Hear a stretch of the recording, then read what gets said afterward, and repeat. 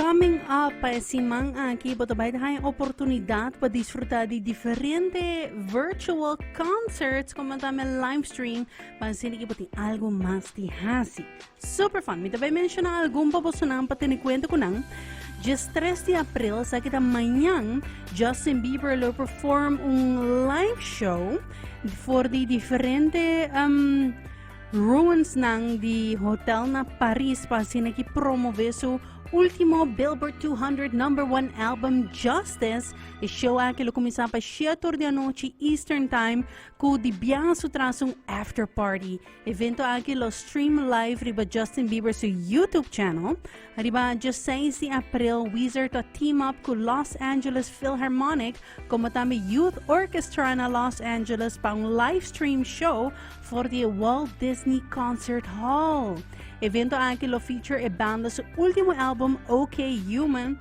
Es aqui comienza for the 9 da noche Eastern Time e nota gratis eta $20 pero me te quieres seguro elota algo super amazing para sino que po disfrutar DJ. Radiohead tabing back ko ng di 12 mang the live show streamed for the banda su Vault. Sa akin nanta live shows din pasado pero kung nanta pa compartir ko nos pasiniki nos por disfrutar ni je tambe ainda na no anuncia kuha din ang konsierto nang nalo stream pe anoche aqui para sa tambe lo tariba 16 de April. Ito comienza for 3 da tarde riba Radiohead sa YouTube channel e por último mi timpo po nang 17 de April Justin Bieber tabay perform un di dos show e biyahe kilota pa Thrillers Fight Club for the Mercedes-Benz Stadium na Atlanta junto ko Justin Bieber tami po tamahay Doja Cat, The Black Keys, Saweetie, Diplo e Hopi Mas. Evento aqui lo kumisa pa 9 de anoche Eastern Time.